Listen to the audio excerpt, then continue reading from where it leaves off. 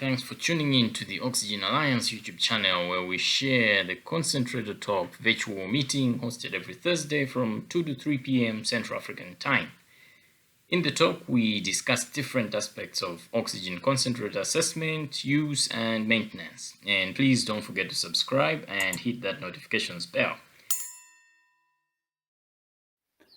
Hello, everyone, and thank you for joining us for week 31 of the Concentrator Talk, brought to you by the Oxygen Alliance. My name is Ntero Sinjani, and I'm so pleased to be hosting the call today.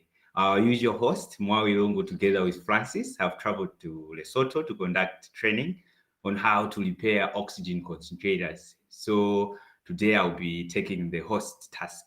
So I'm currently in Lilongwe, Malawi, and I'm joined by my colleague Timothy Ntonga, and alongside with our usual technicians from Obenontu and Sunline. So on the technicians panel, we have Masofa Mojaji, Paulina Mohosho, Koinda Singh, Linda Mishoni, Daphne Magela, Aubrey Chinkunda, Kelvin Saidi, and Fatani Tamandika. So for those who may not be aware, the Concentrator Talk is a virtual meeting that the Oxygen Alliance hosts every Thursday from 2 to 3 p.m. Central African Time to discuss different aspects of oxygen concentrator assessment, use, and maintenance. So if you have any problems regarding to oxygen concentrator maintenance or assessment that you may need help with, we always encourage you to send us the questions in advance through our email info@oxygenalliance.org, and our technicians will do their best to help you with the right solutions. And if you have any questions during the call, you can always paste it into the chat or raise your hand so that you can ask that question. So during the call, we will have like the topic of interest as usual. And today we'll be discussing about the DevOps 515 and 525 oxygen concentrator control board. So now to jump into our questions. So our first question leads, I'm working on a DevOps 525 from our workshop. The Rotary valve keeps stopping after 2 to 5 minutes of running the oxygen concentrator. I therefore tried servicing the valve, cleaned it, and changed the O-ring, but this did not work. I even tried changing the control board, but the behavior of the Rotary valve did not change. What can be the problem and how can it be solved? Is it fine if I replace the stepper motor with some other working motor, but with a different brand? So I'll ask Daphne to take this one up. All right. Thank you, Ntedo. So the rotary valve is driven by a stepper motor, which gets controlled by the PCB. Positional control of the valve is achieved through the use of a magnet and a Hall effect sensor. Whenever one of these is not functioning properly, the rotary valve will also not function as it normally should. Therefore, in any case where the rotary valve is not working, I would recommend checking the Hall effect sensor and the control board. Sometimes a rotary valve can end up malfunctioning when there is zeolite leakage into the rotary valve from the sieve beds due to worn-out sieve bed filters, and this blocks the air spaces or makes it hard for the gears to rotate. Other times, the problem could be the Hall effect sensor. If the Hall effect sensor or magnet is not working, the rotary valve will just keep rotating because it is looking for home. To determine if this is the case, the best solution is to remove the Hall effect sensor and use a separate or external magnet. If it is working, the rotary valve will stop and then begin its normal operation. In this case, it would mean the magnet was the problem. If the valve doesn't stop when the external magnet is placed in front of the sensor could be faulty, and in this case, you can then replace the sensor. In the case where the sensor and the PCB are working properly and there is no any leakage, any zeolite leakage from sieve beds, the problem could be the stepper motor. So the stepper motor, as you can see in the graphics, is an electric motor whose main feature is that its shaft rotates at a fixed amount of degrees. It has a stationary part, the stator, and the moving part, the rotor. So the stator has teeth or phases on which coils are wired, while the rotor is either a permanent magnet or a variable reluctance iron core. By energizing one or more of the stator phases, a magnetic field is generated by the current flowing through the coils, and the rotor aligns with this field, creating rotation. This rotation can be interrupted and stopped if there is insufficient electric current, as well as excessive current, short circuits in the stator coils, or loss of continuity along the wiring. This problem may be solved by replacing the stepper motor. But one of the things I've noticed is that the DeVille-based rotary valve uses a model of stepper motor that is not available to be purchased separately, either from DeVille-based or from the stepper motor manufacturer. So it is essential to use a compatible replacement, as different brands and sizes of stepper motors operate with different voltages and have different arrangements of coil phases inside the motor. The best source of replacement would be from another decommissioned rotary valve. Thank you. Thank you so much, Daphne, for that clear answer. If we have any other comments from other technicians, or if you have questions from the other audience, we can always come off mute and comment or ask the question. So on this question, we have a poll. So I'm going to launch that poll, but I also have like a comment on this. So let me first of all launch the poll. So our first poll actually says, have you ever serviced a rotary valve before? So give it some time so that people can respond to that. So just a comment on the motors. So it's good to know that a DeVille-based motor, the one we find in a rotary valve, is a unipolar. So there's a bipolar and then unipolar. So unipolar is meant for high precision. So it normally has 6 wires with a center tapping, as opposed to the bipolar that has like 4 wires. So it's easy for you to identify. So you can't just pick up any other motor. And it's also good to know that DeVille-based have these custom made stepper motors. So you can literally go ahead and just replace. And another thing is, I wanted to say is that we have actually a YouTube video where you can work around the rotary valve. So you can always check on YouTube on our page, Oxygen Alliance. So the votes are in. So it seems like most of the people have not ever serviced the rotary valve. So if you are looking forward to learn, you can always visit the YouTube channel, and then you are going to find the video. Thank you so much. So moving on to the next question. So the next question says, 2 weeks ago, I had an infant in need of oxygen therapy. I was using a DeVille-based 1025 connected to an oxygen splitter. The flow on the concentrator was less than 2, as I needed 0.5 liters per minute of oxygen using that flow splitter. So the problem was that this equipment started giving out a service required alarm, and I had to use another concentrator, a Cantor V5, for the therapy itself.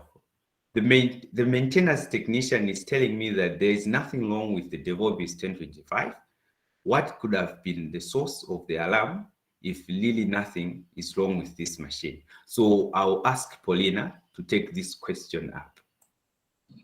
Thank you, Nteto. If the maintenance did test the equipment at the maximum rated flow, which is 10 liters per minute, and it got a purity of above 85%, then indeed there is nothing wrong with the oxygen concentrator. The DeVille-based 1025 has a low flow alarm, and it requires one to always set the flow at least 2 liters per minute. When the flow is below 2 liters per minute, you have a continuous red service alarm accompanied with an audible alert. In your case, for example, you just need 0.5 liter per minute from the concentrator, meaning the alarm would have always been there as long as the flow isn't at least 2 liters per minute. So the develop is 1025 would not be a good equipment for you to use in this case. And you did the right thing by switching to a different equipment. In addition, the 1025 has a high output pressure of 20 psi, and this is deemed to not be baby friendly. It is better to use concentrators with an outlet pressure of around 8.5 psi. Thank you, Teto. Thank you so much, Paulina, for that clear explanation. I mean, it's always good to point out that these 1025, they literally look the same as the 525 when you just put an eye on them. So we need to actually take note of that. So thank you so much for that clear explanation. So moving on to the next question. So I am a male nurse for a male ward at a certain district hospital. I've been told to always clean the oxygen concentrator in my ward once every week. How can I properly clean the oxygen concentrator? What are some of the maintenance rules for oxygen concentrators? So I'll ask Fatani to take this one up.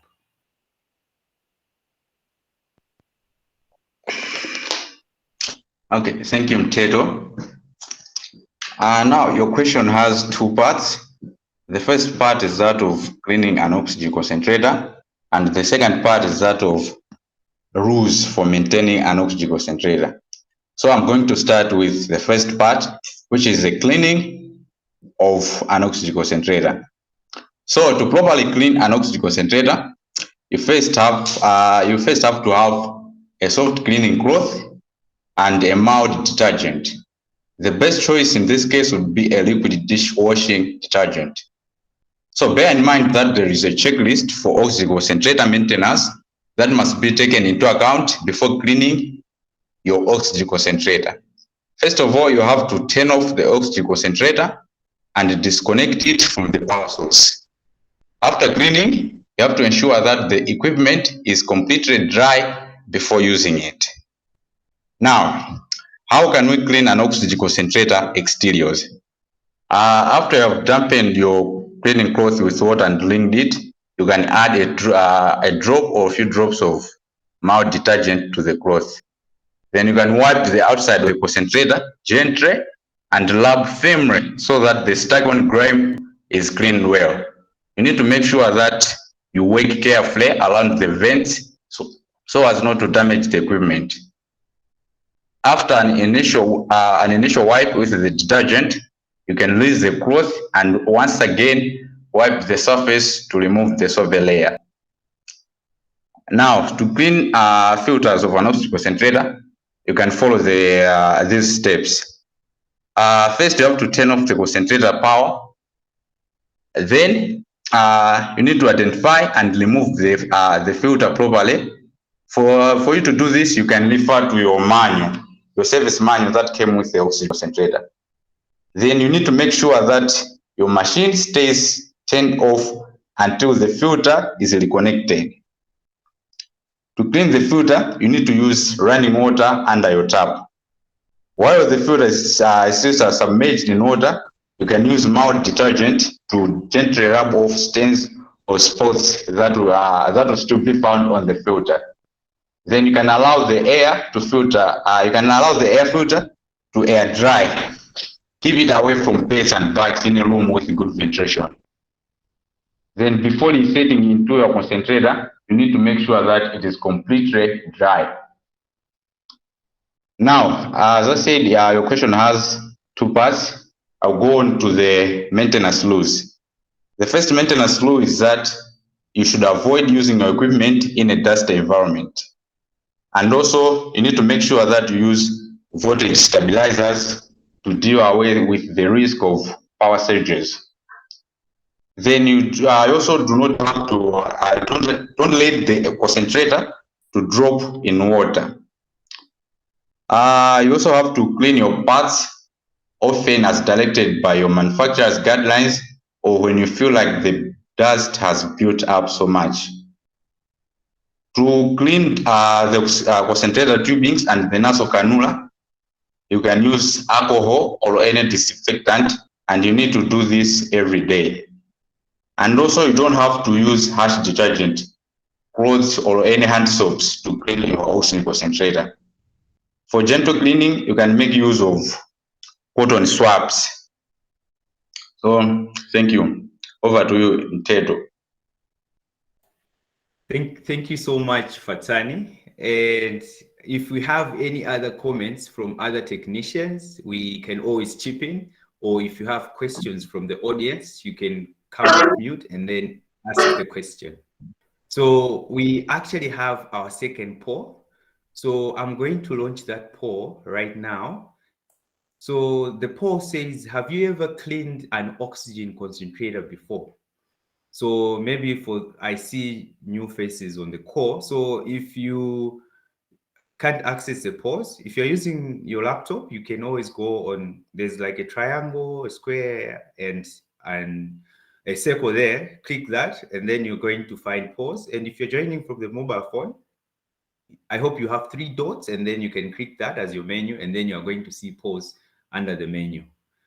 Also, if you're joining for the first time, we always advise that you send us your email so that we can add you to our mailing list. Yeah, so the votes are in. So it seems like almost everybody has ever cleaned an oxygen concentrator, which is a good thing. I mean, for me, I actually thought cleaning a concentrator is just a basic thing as cleaning the dishes, but yeah, you need to know much about it. So thank you so much, Fatan, for that clear step-by-step process of cleaning an oxygen concentrator. So moving on to the next question. So the next question leads, we have a J5 concentrator with dual flow meters in our workshop. The concentrator needs to be assessed and to determine if it needs servicing. Unfortunately, I'm not able to assess it because the concentrator has a missing flow meter needle valve. And this is for both flow meters. And we do not have a spare flow meter needle valve for the J5 concentrator. If I replace the missing needle valve from a different model, will it work as required? So I'll ask Kelvin to take this one up. Thank you, Mteto. So despite the fact that all flow meters on different concentrators have the same function, they are different in a number of ways. So this will imply that some flow meter needle valves can be interchangeable, while others cannot be interchanged. And there are a number of properties of flow meter needle valves that you need to consider when you want to replace one. And these properties are needle valve length, the diameter, and also the thread type. So as you can see, that image shows how the needle valves look like. The needle valves have different lengths. In addition, some have a large diameter, while others have a smaller diameter size. And also the threads are different. So you have to ensure that the flow meter needle valves you want to replace with are the same as the needle valves of the J5 concentrators. And also when installing the needle valve on the flow meter, the valve should fit smoothly without forcing it, and there should be no leakages. When you replace a flow meter needle valve with another one from a different concentrator model, the flow meter will work as required only if the needle valves have the same properties as I've mentioned above.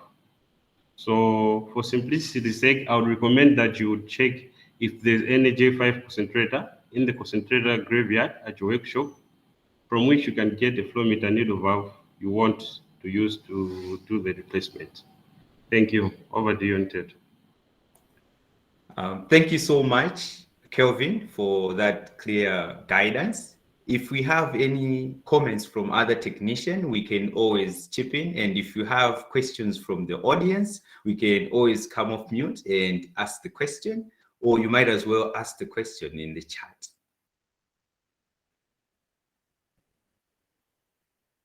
So if there are no questions, we are going to move on to the next question. So the next question leads, hi, we recently received an Oxflow 5 machine. So this is a concentrator with a reported problem of no power.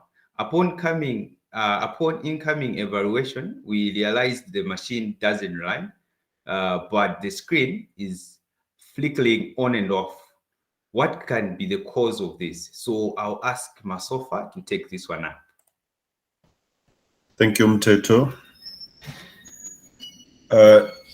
This can be caused by a lot of factors on the PC board, or might mean the LCD is faulty. On the slide there, you can see the PC board and the capacitors on the PC board. So check your power cable if it's not broken, and then you inspect the LCD to check if you see any form of liquid or oil like stains coming from the components, and change the LCD to ensure that the old one doesn't have a problem or not. Check the condition of the fuse.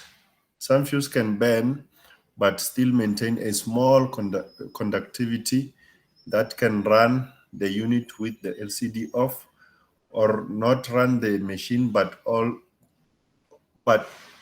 keep the LCD on. You can always test the fuse with a multimeter on continuity to see if it's still conductive. And also you can see it physically.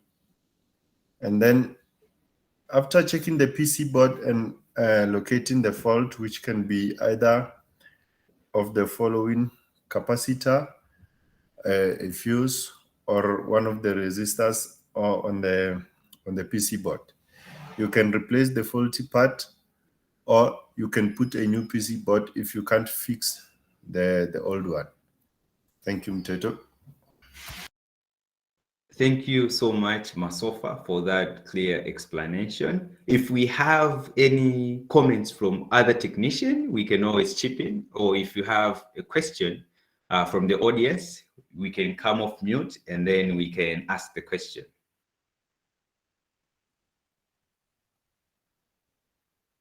All right, so silence means it's clear. So moving on with the concentrator talk. So right now we are going to take a slight diversion and we are going to do the topic of interest. So today we'll be talking about the DevOps 515 and 525 control boards, and this will be presented by Linda Mission. Over to you, Linda. Thank you so much, Nteto. So why are we talking about control boards? So sometimes the problems that we face originate from the control board. So we have to know which component on the concentrator goes to the control board and on which connector. So moving on to our presentation, our topic of interest on the DevOps 515 and 525 control boards. DevOps oxygen concentrators are one of the concentrator models which are commonly used. So they are in two categories. We have a DevOps 515 and DevOps 525. The DevOps 515 is also divided into two models. We have the old model, DevOps 515 concentrator, which uses a four-way solenoid valve, and the latest 515 DevOps concentrator, which uses the rotary valve. So just like the latest 515 DevOps concentrator, the DevOps 525 concentrator model also uses the rotary valve. So as you can see in the graphics, the image on the left shows the solenoid valve that is used in 515, and the next image just shows the rotary valve which is used in 515 and 525. Next slide. So moving on to the control boards for DevOps concentrators. So the control boards used in DevOps concentrators are different from the ones used in other concentrator models in a way that they have oxygen sensing devices mounted on them. So the control boards are responsible for powering up and controlling the solenoid or the rotary valve and all other electronic components found in the DevOps concentrator. And just like any other oxygen concentrator, the double-base concentrator models also have alert alarms. The control boards in double-base concentrators have a preset alarms for low pressure or low output flow and power failure. So just to point out, non-OSD and early OSD models, double-base concentrators, were just equipped with low pressure alarm. So there was a pressure transducer on the control board, which was continuously sensing the oxygen pressure in the accumulator tank. And then the later OSD models are now equipped with low flow alarm in addition to those other alarms. So in the graphics, the boards on the left, we have the image on the left, we have two boards. The board on the left is for the double-base 515 that uses the solenoid valve, and the other one uses the rotary valve. And we also have an image on the right, which is for the 525 double-base concentrator. So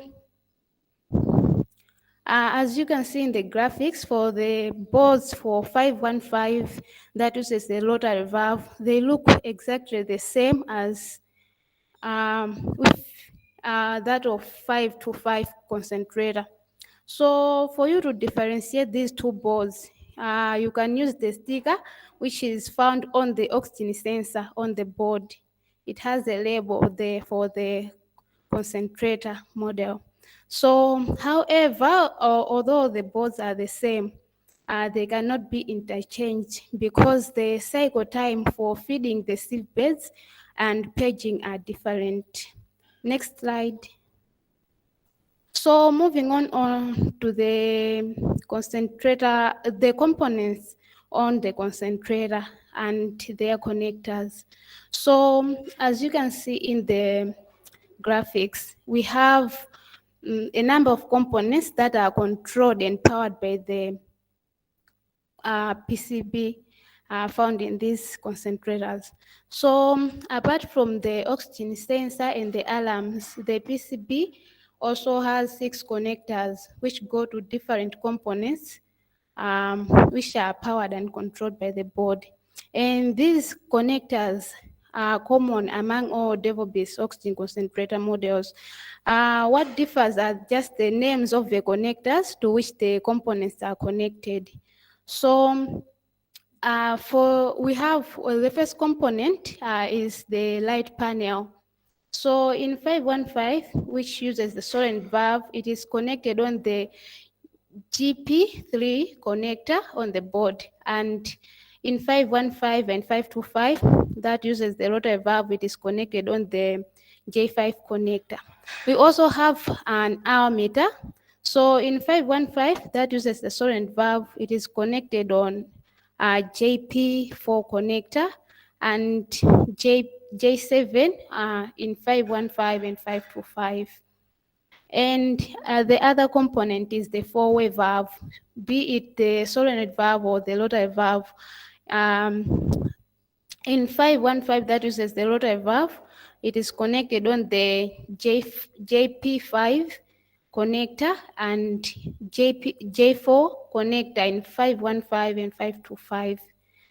And we also have a communication port on the concentrator. So in 515 that uses the solenoid valve, it is connected on the JP7 connector and J3 connector in 515 and 525 that uses the rotary valve. Another component is the power switch. So it is connected on JP2 and J6 in the 515 and 525. So and the final connector is the input power connector. So this is also the connector to which the fan is connected. So the connector is JP1 in 515 that uses the solenoid valve, and J1 in 515 and 525 that uses the rotary valve. So The JP5 connector on which the two solenoids for the valve in DevoBus 515 is connected has 4 pins. So pins 1 and 3 are for the valve solenoid 1. So just to point out, the solenoid valve that is used in 515 have 2 coils or the solenoids. So the first solenoid is connected on pin 1 and 3 of the connector, and pins 2 and 4 are for the valve solenoid 2. And also the J4 connector in 515 model with the rotary valve, and the 525 model has 9 pins. So among these 9 pins, pins 1 to 3, they power and control the rotary valve sensor, that is the Hall effect sensor. And pins 4 to 9 power and control the DC valve motor, that is the stepper motor.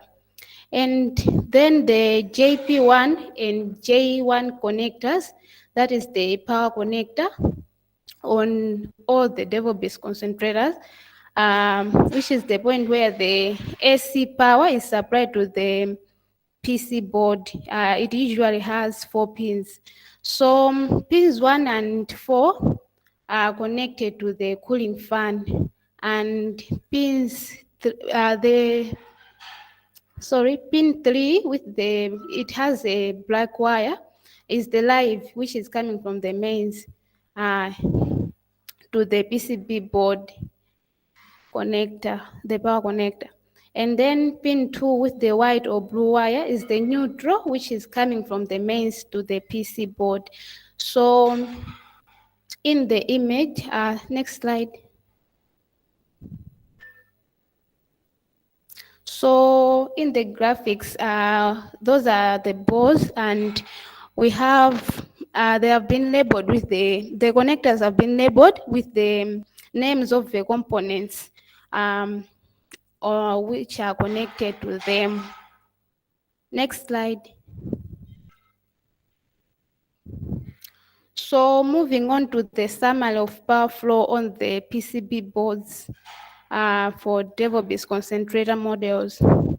So as shown in the block diagram, the power from the mains, the AC voltage, that is, it goes to pins 3 and 2 on the JP1 on DevoBus 515, which has the solenoid valve, and to the same pins on J1 connector on DevoBus 515 and 525, which uses the rotary valve. So from there, from the power connector, the AC voltage is tapped to the cooling fan, and then also the same AC voltage also passes through the fuse to the transformer, where it is stepped down. And from the transformer, there is a bridge rectifier which converts the step down AC voltage to DC voltage. And on the board, immediately after the rectifier, there's the power supply part of the board have capacitors which help in removing the ripples in the rectified DC voltage to smoothen it before it goes to the rest of the components on the board. So when the AC voltage has been rectified, that is, it has been changed from AC to DC by the bridge rectifier, it is not smooth, so it has ripples. So the capacitors are there just to remove those ripples so that the voltage is smooth. So after the voltage the DC voltage have been smoothed, it goes to the four-way valve, that is the solenoid valve or the rotary valve, and all other components which require the DC voltage and are controlled by the board. So reaching this far, we have come to the end of our topic of interest. Thank you. Over to you, Ntedo. Thank you so much, Linda, for that clear explanation on the control boards that are found in the DevoBus 515 and 525. I mean, this has been like a clear one because these DevOps boards are very complex when you look at them as you compare to AirSafe boards. So if we have any questions from other technicians or the audience, we can always chip in now so that at least, yeah, I see a hand from Fatan. Please go ahead. Okay, thank you. The OD DevOps 515 uses solenoid valves, while the latest DevOps 55 uses rotary valves. So my question is, does this mean that the rotary valve is less efficient than does this mean that the solenoid valves are less efficient than the rotary valves, since now it's clear that DevOps dropped solenoid valves and started using rotary valves on the latest 515? Thank you. Over to you, Linda, if you can take that one up. Okay, so I think that in everything there's like evolution, things are improving. So I think it's just an improvement that has been done. Yeah, so that's it. If Intedo, you have anything else to add, you can add. So what I can say is that they chose the rotary valve because it uses less power. If you try and measure the voltage that goes to the rotary valve, it's around 3 volts on some other points. But if you're using a solenoid valve, you're driving this whole plunger that actually underperforms over time, and you require so much voltage. So it's more of efficiency, I would say, from my side. Yeah, I don't know if that answers your question, Fatan. Yeah, I'm okay. It's okay. Yeah, it was a clear explanation. Okay, thank you. All right. So thank you so much, Linda, for that topic of interest. I need to apologize. I didn't realize I was on mute, so I was just speaking to myself. Anyways, so let's get back to the questions now. So we are on question number 6. So the question reads, I joined the Concentrator talk hosted on September 1st, 2022, and there was a question concerning explosion of capacitors. How can I avoid these explosions of capacitors? The capacitor must be discharged. How can I discharge a capacitor for an oxygen concentrator? So I'll ask Daphne to take this one up. Thanks, MT. So let me start by clarifying that in that session, we're talking predominantly about start or run capacitors used for compressors. So I'll answer this question in that same context. Varying concentrator models have different capacitor ratings, which typically fall between 8 and 15 microfarads, as illustrated in the graphics. They can be the white, blue, or silver in color, but what matters is the rating. So as with any capacitor, oxygen concentrator capacitors can be discharged in the same way. In order to discharge a capacitor for a concentrator, there are steps to be followed. So these are the steps. First, you have to switch off and unplug your oxygen concentrator. And then you remove the concentrator covers to locate the capacitor. In the AirSafe oxygen concentrator, the capacitor is located above the compressor as shown in the diagram in the top left corner. In the J5, and that's the bottom left corner, the capacitor is located on top of the case enclosing the compressor. And in the DeVilbiss 515 and 525 concentrators, that's the top right corner, the capacitor is found, but underneath the flexiform and close to the cooling fan of the concentrator. And for the OxyFlow 5 concentrator, the capacitor is located below the zeolite sieve beds. And these are just some of the locations of capacitors in concentrators, just to mention a few. So after you open your concentrator and locate your capacitor, you have to cut the tie wrap with a cutter or remove the hose clip to access the capacitor. And then once this is done, you remove the two terminals from the capacitor. Yeah, next slide. Okay, thanks. You can then use any tool with an insulated handle, such as pliers or a screwdriver, or any metal rod, as shown on the graphics, to discharge the capacitor by hooking one leg of the other leg of the plier to the other terminal, or you attach the screwdriver to the two terminals of the capacitor and wait for a second for the capacitor to discharge. I hope that this answers your question. Thanks. Thank you so much, Daphne, for that clear explanation. So we actually have a poll on this question. So this is our third poll. So I'm going to launch the poll now. And if we have comments or questions from other technicians, we can always chip in and say something. So the poll leads, have you ever been shocked by a charged capacitor before? So just a comment from me, I have been shocked by a capacitor before, and honestly, you don't want to do that often because it hurts so much. So we need to be very careful, use an insulated tool, as Daphne has stated. For me, I was just picking up the capacitor. I didn't pay attention to the terminals, so I had crossed the finger between the two terminals, and honestly, like, you can hurt yourself. So we need to be we need to be aware. Anyway, so the votes are in. So actually, two people have been shocked before, and other say no. So I mean, that's a good thing that most of you haven't been shocked, but you don't want to try it because it hurts. Yeah. Thank you so much, everybody, for voting. Anyways, so moving on to the next question. So the next question leads, what are the common causes of pressure buildup in an oxygen concentrator?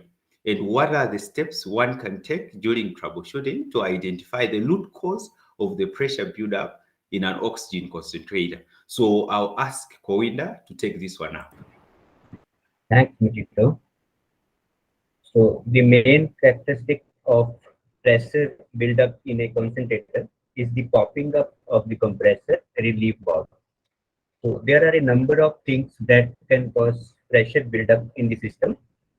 This causes blockage in the exhaust muffler, solenoid valve or the rotary valves, lump zeolite in the seabeds, ink tubings, and also faulty solenoid or the rotary valves. These are the causes for the pressure buildup. So when oxygen concentrator runs for a long period of time, the zeolite in the seabed start to lose its value. In addition, due to high pressures from the compressor and some minor vibrations inside the unit produced by the compressor over this long time, the zeolite becomes powdered. During the purging phase, the zeolite dust moves and accumulates in the exhaust muffler or the valve, hence causing blockage in the exhaust muffler and the valves. Furthermore, apart from the zeolite becoming powdered, it also becomes lumped when the concentrator runs for a long duration. So this too causes pressure buildup in the system. As we can see in the graphic, the lumped zeolite and the ink pipes also. So faulty solenoid valves or the rotary valve can also cause pressure buildup in the concentrator. So when they are not opening to either release nitrogen to the surrounding or fed air from the compressor into the seabeds. So here are the steps you can take to identify the cause of pressure buildup in an oxygen concentrator. So firstly, ensure that there is no tubing that is bent inside the concentrator. As we can see in the graphics, this is bent at green tube.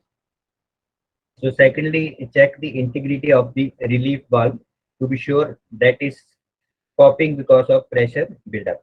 So also check the integrity of the rotary valve or the solenoid valves. So if they are faulty, replace them. If all these components are in good shape, then you can proceed to check for the blockages in the exhaust muffler, the valves, as well as in the seabed, as well as in the seabeds. So if the muffler is blocked, you can clean it and put it back when it is dry. So also clean the valves if they are blocked. If there are no blockages in the muffler and the valves, then the cause of the problem are the seabeds. To solve the problem, you can try another pair of seabeds from a working oxygen concentrator and see if the problem persists. If the problem stops, then you should either replace the seabeds or refill the old seabeds with the new zeolite. So as per the option available, you can do it. Thank you, Tito. Thank you so much, Koinda, for that explanation. If you have any comments from other technicians, we can always chip in. And if you have questions from the audience, we can come off mute and then we ask the question. So there's a question in the chat.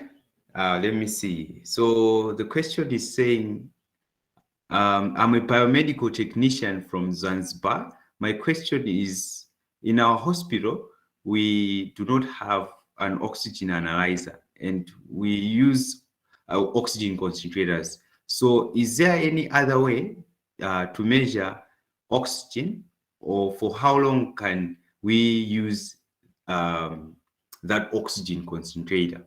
So there are like two questions in here. So the first one about the oxygen analyzer, I think that one I can take it up. So normally when you are measuring, when you're testing an oxygen concentrator, there are two things you need to look into. So first is the oxygen purity. So you can only measure oxygen purity using if you have an oxygen sensor, you can literally build your own using a microcontroller, but you need an oxygen analyzer.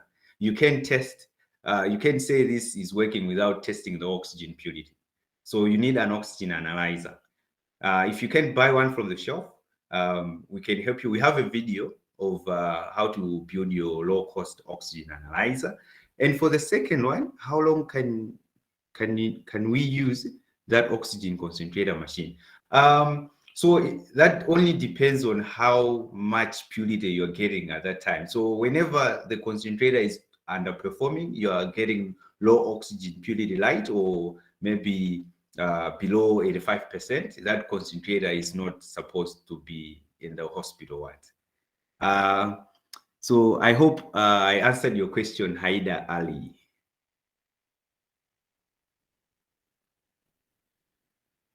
Yeah. All right. So he says thanks. So there's a hand from Daphne. Go ahead, Daphne.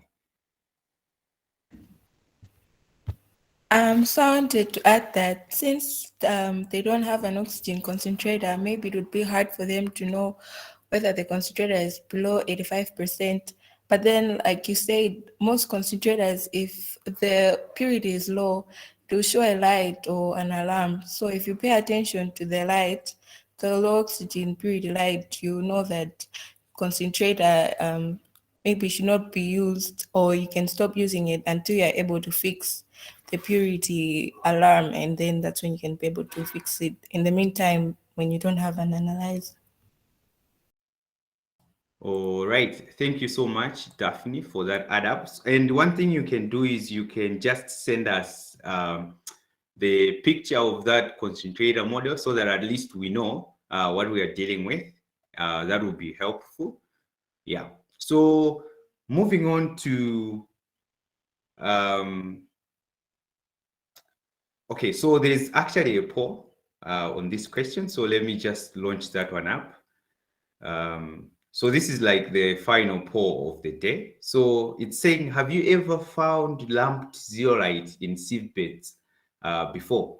So we'll give it some time so that people can answer. But again, we can never say a concentrator is performing if we have it just running and bringing out some air. So we need to always check the oxygen purity as well as the patient's outlet pressure. So the patient's outlet pressure depends on which model of concentrator you're dealing with.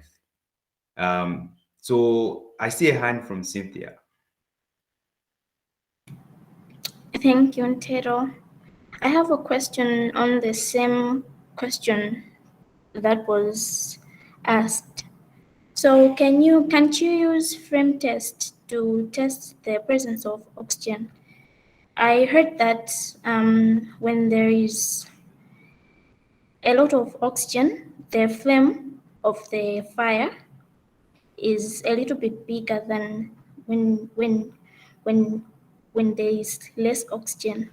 So can you use the flame test to test the presence of like the concentration of the oxygen? Actually, you cannot do that, because whenever you introduce fire to oxygen concentrators, that is so dangerous, right? So you don't want to do that, because you have like 95% of oxygen. So the higher the oxygen purity, the more that can be dangerous. So you can never do a fire test on an oxygen concentrator. And if you go along hospitals, you're gonna see that they put a sticker where they say no smoking